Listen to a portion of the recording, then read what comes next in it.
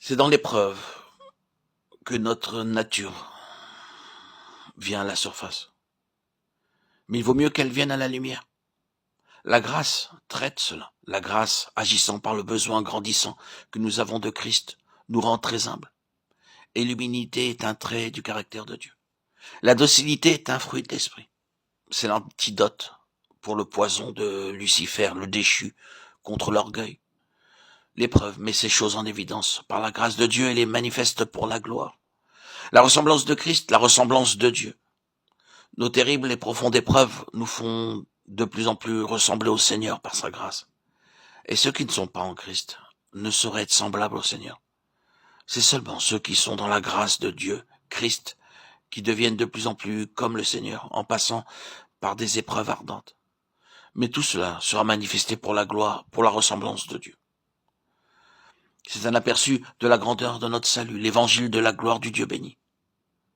Quelle perspective cela ouvre devant nous. Nous sommes perdus dans cette immensité, mais si nous souffrons avec lui, nous serons glorifiés ensemble avec lui. Romains 8, 17.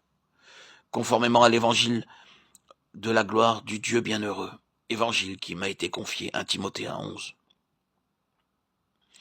En lui, vous aussi, après avoir entendu la parole de la vérité, l'évangile de votre salut, en lui, vous avez cru et vous avez été scellés du Saint-Esprit qui avait été promis, lequel est un gage de notre héritage par la rédemption de ce que Dieu s'est acquis pour célébrer sa gloire. Éphésiens 1, 13, 14. Faites en tout temps par l'Esprit toutes sortes de prières et de supplications. Veillez à cela avec une entière persévérance et priez pour tous les saints. Priez pour moi afin qu'il me soit donné, quand j'ouvre la bouche, de faire connaître hardiment et librement le mystère de l'Évangile. Éphésiens 6, 18, 19. Alors la nuée couvrit la tente d'assignation et la gloire de l'Éternel remplit le tabernacle. Exode 40, 34. La maison de l'Éternel fut remplie d'une nuée. Les sacrificateurs ne purent pas y rester pour faire le service à cause de la nuée, car la gloire de l'Éternel remplissait la maison de Dieu. 2 Chroniques 5, 13, 14. Lorsque Salomon eut achevé de prier,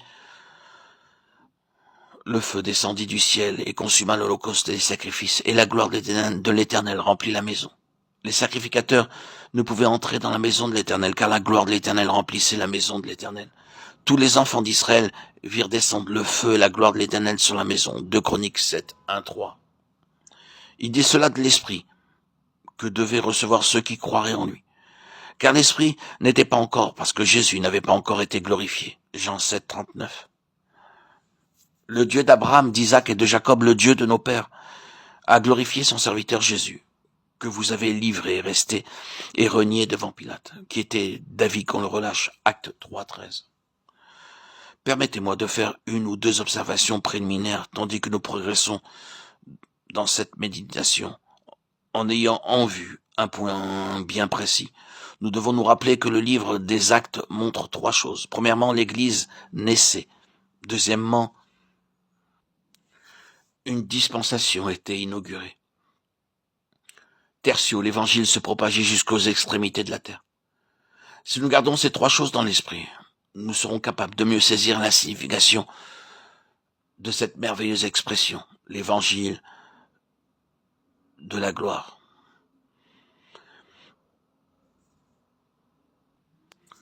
Beaucoup ont dit que la Pentecôte est l'expression de Christ glorifié. Il a été reçu en haut dans la gloire. Il est glorifié à la droite de Dieu. Et parce que Jésus fut glorifié, le Saint-Esprit a été envoyé et nous avons ces faits consignés dans le livre des Actes.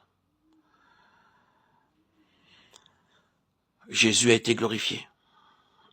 C'est la raison pour laquelle le Saint-Esprit fut envoyé. Cela, bien sûr, c'est ce qui est implicite dans Jean 7, 39. Jésus n'était pas encore glorifié, donc le Saint-Esprit n'avait pas encore été donné. Mais une fois encore, qu'est-ce que la glorification du point de vue de Dieu? Il doit y avoir un lien avec cette question de la justice divine, car la nature même de Dieu est concernée par cela. Dans l'Église, dans la dispensation et dans la proclamation de l'Évangile, la nature même de Dieu est inhérente. En d'autres termes, c'est la justice de Dieu qui est la suprême finalité. Heureux ceux qui ont faim et soif de la justice, car ils seront rassasiés. Matthieu 5, 6. Béni, satisfait ou heureux, c'est l'évangile de la gloire du Dieu satisfait. C'est une grande chose de pouvoir aller vers ceux du dehors avec la réalité d'un Dieu satisfait en vous et en moi, dans nos cœurs, par le Saint-Esprit.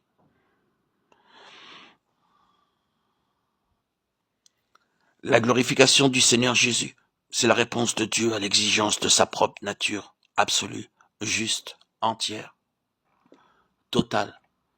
C'est également sa réponse en rapport avec la conception et l'objet de la création. Dieu est satisfait et l'homme est représenté dans la nouvelle création. Nous voyons Jésus couronné avec gloire et honneur, Hébreux 2:9. Notons l'emploi du nom de Jésus dans ce passage. L'utilisation de ce nom ici est tout à fait appropriée. Il est simplement et habituellement appelé Jésus, comme vous le savez, par certaines écoles de pensée, qui tendent à le dépouiller de sa déité et de sa seigneurie. C'est une erreur. Mais ici, il est appelé Jésus de manière appropriée, parce que dans ce nom, il est représentatif de l'homme. En effet, Dieu a glorifié son serviteur Jésus, comme le représentant de tous ceux qui croient. Jésus fut glorifié parce que Dieu était satisfait.